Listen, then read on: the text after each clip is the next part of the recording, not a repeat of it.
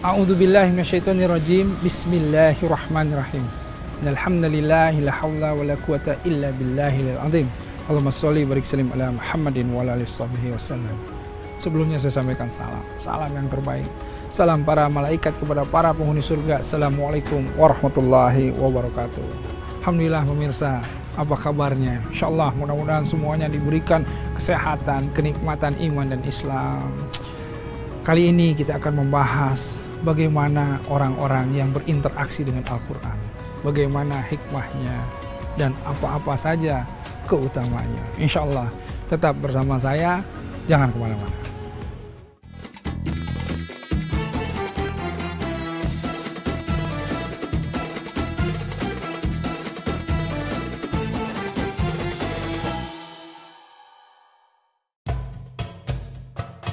Al-Quran merupakan kitab suci sekaligus wahyu yang diturunkan kepada Nabi Muhammad SAW melalui perantara malaikat Jibril.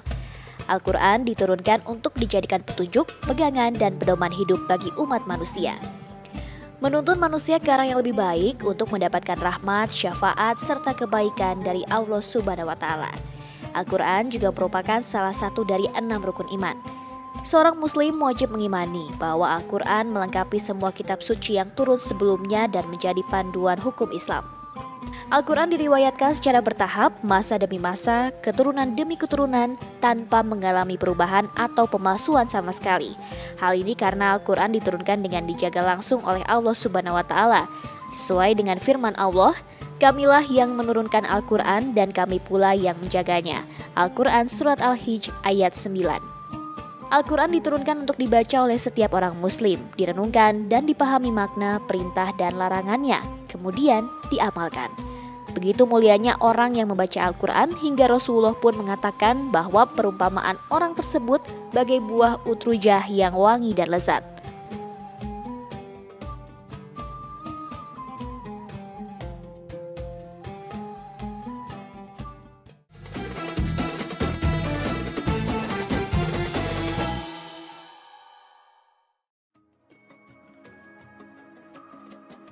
Sahabat yang dirahmati oleh Allah, jika kita melihat bagaimana dengan kita berinteraksi terhadap Al-Quran ini. Al-Quran sebagaimana kita ketahui banyak sekali penamaan Al-Quran. Al-Quran disebut juga Al-Furqan sebagai pembeda yang hak dan yang batil. Al-Quran disebut juga Asy-Syifa sebagai penyembuh.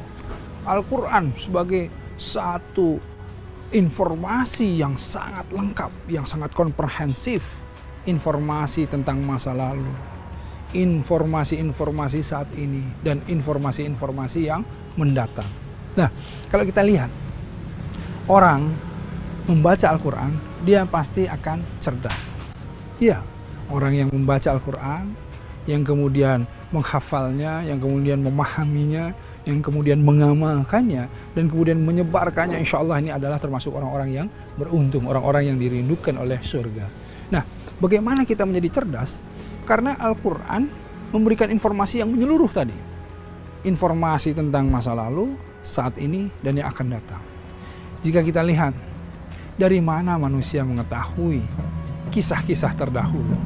Dari mana manusia mengetahui kisah-kisah atau informasi-informasi peringatan-peringatan masa mendatang? Kalau bukan informasi yang akurat, informasi yang tidak menduga-duga, informasi yang hak, yang berasal dari Allah, informasi yang dasar, yang datang dari Al-Quran. Masya Allah. Sebagaimana kalau kita melihat, Al-Quran terbagi dari 3. Yang pertama adalah bagaimana sepertiganya adalah tauhid. Bagaimana kita mengenal Allah, bagaimana kita memahami apa yang diinginkan Allah. Sepertiganya kemudian kita juga mengenal adanya kisah-kisah para nabi dan rasul, ya, kisah-kisah orang-orang yang soleh, kisah-kisah orang-orang yang durhaka, kisah-kisah orang-orang yang diazab. Banyak sekali kisah yang kita bisa mengambil pelajaran ibrah dari semua yang disampaikan oleh Allah. Yang ketiga adalah kita memahami hukum-hukum, ketentuan-ketentuan, qadar-qadar, ketetapan. Bagaimana kita menjalani kehidupan ini, bagaimana seharusnya kita menghadapi masa saat ini, masa yang mendatang. Inilah Al-Quran. Karenanya tentulah ketika seseorang mengatakan bahwa orang yang cerdas adalah orang yang mengetahui masa yang akan datang, masa depan. Ya, definisi orang cerdas adalah orang yang bisa memprediksi dengan akurat apa-apa yang terjadi di masa yang akan datang. Nah, orang-orang tersebut, orang-orang yang kita bicarakan ini adalah orang-orang yang sebetulnya kalau mendapatkan informasi yang hak, yang sebenar-benarnya, yang datang dari Al-Quran, mereka lah pasti tergolong orang-orang yang sangat cerdas. Bagaimana kita mengetahui tentang sakaratul maut? Nah, itu masa depan. Tidak ada informasi tentang sakaratul maut kecuali yang datang dari agama, yang datang dari Al-Quranul Karim. Informasi-informasi ini adalah informasi-informasi yang datang dari Allah, yang tersimpan semuanya di dalam Al-Quran. Yang kalau kita gunakan informasi itu akan membuat kita cerdas, karena kita akan mengarahkan perilaku kita, kita akan meluruskan akhlak kita sesuai dengan apa yang nanti terjadi di masa mendatang. Ya, karena dunia ini sesungguhnya pemirsa, apa-apa yang kita lakukan di dunia nanti akan muncul di akhirat. Jadi dunia ini semacam ladang investasi yang nanti insya Allah hasilnya semuanya di akhirat kelak. Nah, karenanya orang itu akan cerdas jika dia membaca Al-Quran, memahami Al-Quran, mengamalkan Al-Quran di dalam kehidupannya. Yang kedua adalah bagaimana seseorang itu dengan membaca Al-Quran, dengan membiasakan membaca Al-Quran, dia akan mendapatkan ketenangan, ya, ketenangan jiwanya.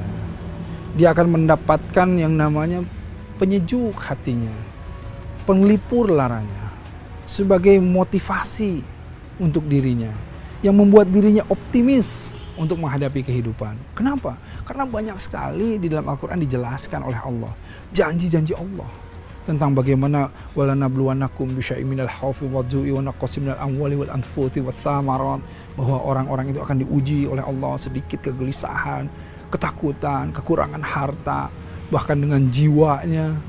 Bagaimana orang itu dijadikan mati dan hidup untuk diuji siapa yang paling baik amalnya, kata Allah. Kemudian Allah mengabarkan wabasyiris sabirin, beritakan berita gembira kepada orang-orang yang sabar. Nah, jadi Al-Quran sebagai penyejuk hatinya. Musibah-musibah yang kita kira musibah tadi, ujian-ujian Allah timpakan, ini tidak lain sebagai penggugur dosa-dosanya.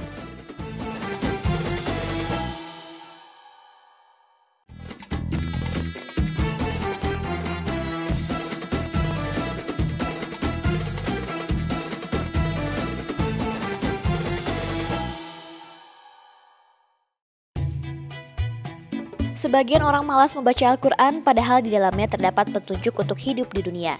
Sebagian orang merasa tidak punya waktu untuk membaca Al-Quran padahal di dalamnya terdapat pahala yang begitu besar.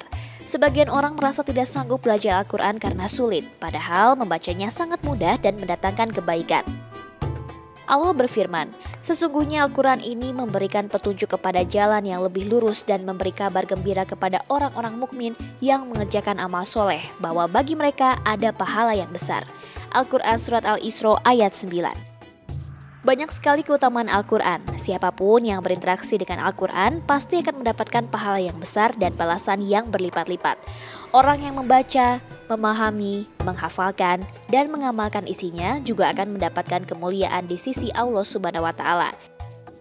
Membaca Al-Quran juga merupakan sebaik-baiknya amal. Al-Quran menjadikan orang yang membaca, mempelajari, dan mengajarkannya sebagai sebaik-baiknya manusia. Seperti yang diriwayatkan Bukhari, sebaik-baik kalian adalah orang yang belajar Al-Quran dan mengajarkannya. Orang yang membaca juga akan selalu bersama malaikat. Hal ini sesuai dengan sabda Rasulullah yang diriwayatkan Bukhari dan Muslim. Orang yang selalu membaca Al-Quran dan ia pandai akan bersama para malaikat yang mulia. Sedangkan orang yang membaca Al-Quran dengan terbata-bata dan merasa kesulitan dalam membacanya, ia akan mendapatkan 2 pahala.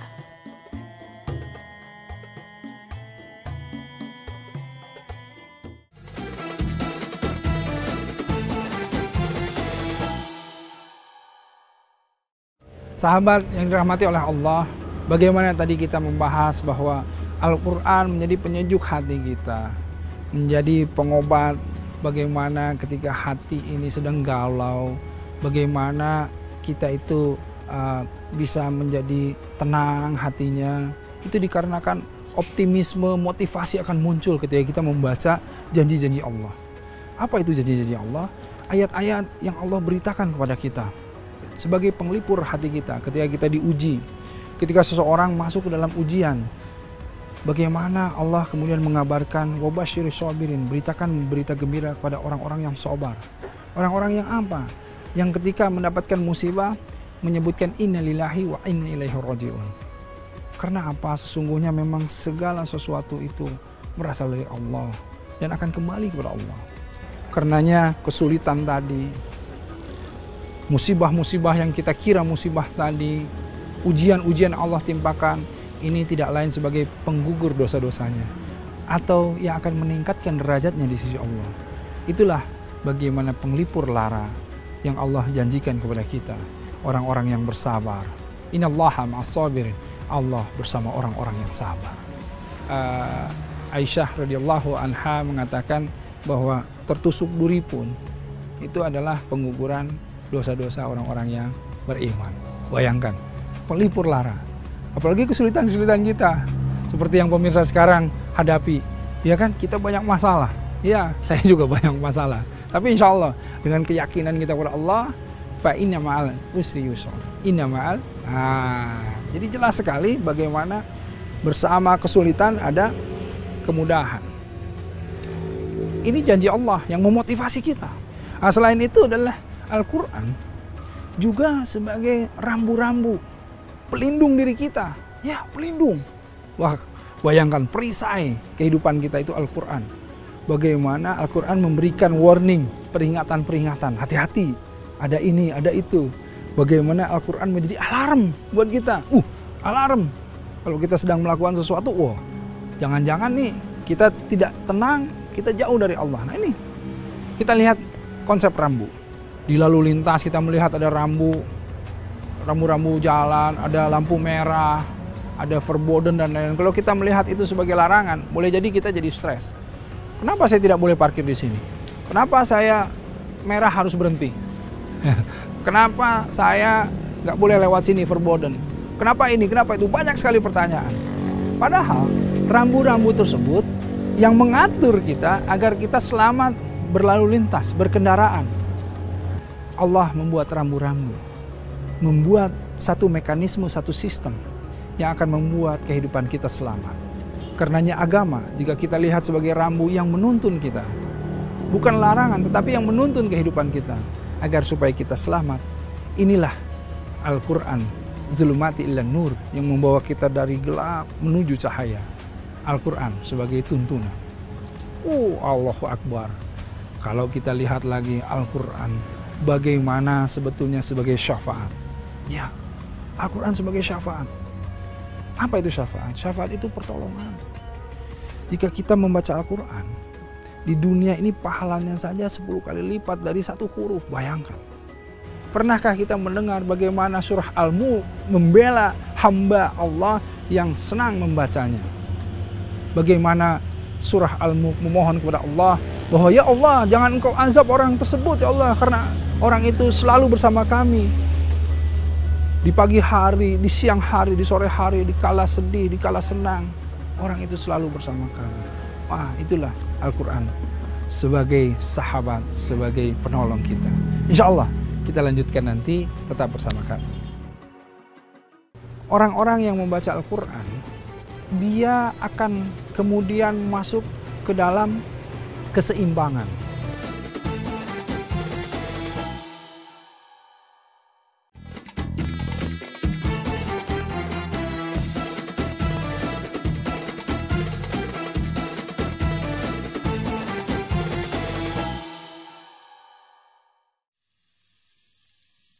Al-Quran merupakan rahmat bagi orang-orang yang mengimaninya, membenarkannya, dan mengikuti segala ajaran yang terkandung di dalamnya.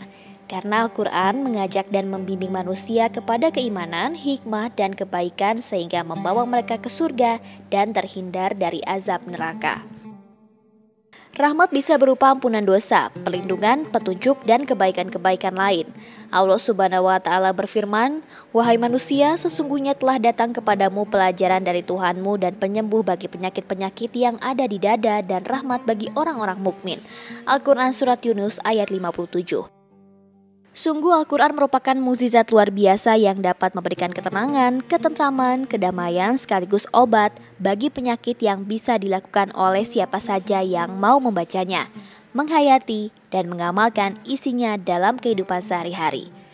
Al-Quran dapat membersihkan segala macam penyakit hati yang bersarang dalam diri, seperti penyakit bimbang, syirik, penyimpangan, ilhad atau pengingkaran terhadap wujud Allah, kejahilan, dan penyakit jiwa lainnya. Al-Quran kemudian menambah stamina keimanan manusia serta memperbaiki dan meluruskan aktivitas keberagamaan mereka. Al-Quran juga menjadi penasihat, penawar hati yang sedang gelisah, melapangkan dada yang terasa sempit dan menjernihkan pikiran yang sedang kacau. Ia menjadi petunjuk, rahmat, dan obat bagi manusia, sedang di akhirat kelak ia akan menjadi syafaat bagi pembacanya. Seperti yang diriwayatkan oleh Muslim, bacalah Al-Quran, sesungguhnya pada hari kiamat ia akan memberikan syafaat kepada pembacanya. Betapa agungnya Al-Quran dan betapa besarnya kasih sayang Allah kepada umat manusia. Al-Quran diturunkan sebagai kitab suci yang menunjukkan manusia kepada jalan yang akan menyelamatkan sekaligus menganugerahkan keutamaan-keutamaan tak terhingga dalam menelusuri jalan tersebut.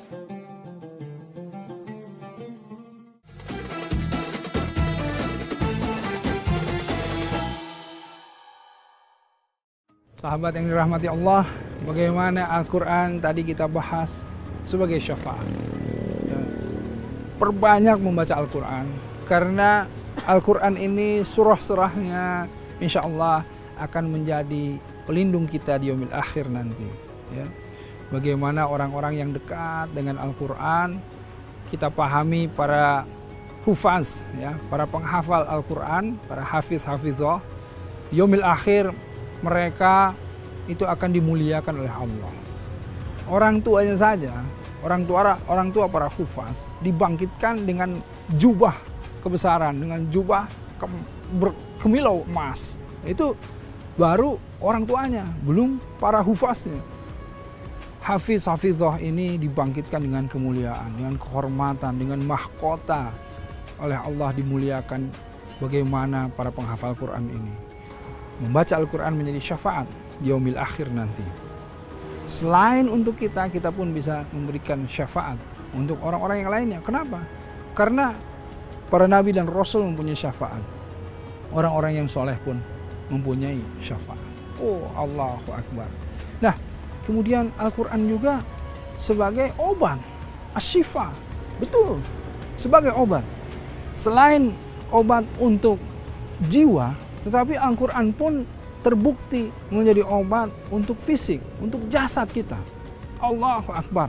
Ya, ruqyah yang paling afdal itu kalau kita lihat bagaimana Al-Fatihah sebagai Ummul Quran. Ya, itu ruqyah. Apalagi semua ruqyah itu semuanya berasal dari bacaan-bacaan Al-Quran. Orang-orang yang membaca Al-Quran secara fisik, dia akan kemudian masuk ke dalam keseimbangan. Oh, ini Allahu Akbar, dalam keseimbangan. Ya, orang-orang yang pikun, ya, atau mudah pikun, ketika orang ini membaca Al-Quran, dia akan membuat orang ini tidak pikun. Ya. Orang-orang yang sering membaca Al-Quran, sering kali kita lihat itu orang-orang itu dia lebih sehat. Ada pernah penelitian, seseorang yang non-muslim, yang tidak pernah membaca Al-Quran dan tidak memahami bahasa Arab sedikit pun, tidak pernah mendengarkan azan, tidak pernah mendengarkan orang-orang yang mengaji. Orang ini tingkat stresnya diteliti ketika didengarkan ayat suci Al-Quran, dia kemudian tingkat stresnya menurun. Padahal dia sama sekali tidak memahaminya. Mari sahabat-sahabat, pemirsa-pemirsa di rumah, dimanapun Anda berada, mari kita bersama-sama berdoa. Semoga kita ini termasuk golongan-golongan orang-orang yang mencintai Al-Quran. Ya, insyaAllah. A'udzubillahi minasyaitonirrajim. Bismillahirrahmanirrahim. Allahumma sholli barik salim ala Muhammadin wa ala alihi wasallam. Ya Allah, Allah subhana malikul qudusus, salamul mu'minul muhaimin, azizul jabbarul mutakabbir. Ya Allah, di hari yang baik ini ya Allah, di program yang baik ini ya Allah, bersama orang-orang yang baik ini ya Allah, ijabahlah doa-doa kami ya Allah dengan menyebut nama-nama-Mu ya Allah. Ya Allah, golongkanlah kami ke dalam golongan orang-orang yang mencintai Al-Quran ya Allah, yang terus-menerus tidak bosan-bosan membaca Al-Quran ya Allah, yang berikanlah kepada kami pemahaman tentang Al-Quran ya Allah, yang mengamalkannya di dalam setiap sendi-sendi kehidupan kami ya Allah, dan yang menyebarkannya ya Allah, menyebarkan kebaikan-kebaikan Al-Quran ya Allah. Ya Allah, tuntunlah akhlak kami ya Allah, mudahkan ujian kami, ringankanlah, lancarkanlah ya Allah. Ya Allah ya Rabbal Alamin, masukkanlah kami semua ke dalam golongan orang-orang yang mencintai Al-Quran, dan golongan kami di dalam surga-Mu ya Allah, di dalam jannah-Mu ya Allah, bersama kecintaan-Mu ya Allah. Jadikanlah kami orang-orang yang mencintai-Mu, yang Kau cintai, dan sekaligus sama-sama mencintai semuanya ya Allah. Ya Allah, amin amin ya Allah ya Rabbal Alamin. Pemirsa, tidak ada yang lebih baik dari saya yang berbicara ataupun pemirsa yang mendengarkan, karena yang lebih baik di sisi Allah adalah yang mengamalkannya. Kesalahan datang dari saya, kebenaran hanya datang dari Allah. Billahi taufiq wal hidayah. Assalamualaikum warahmatullahi wabarakatuh.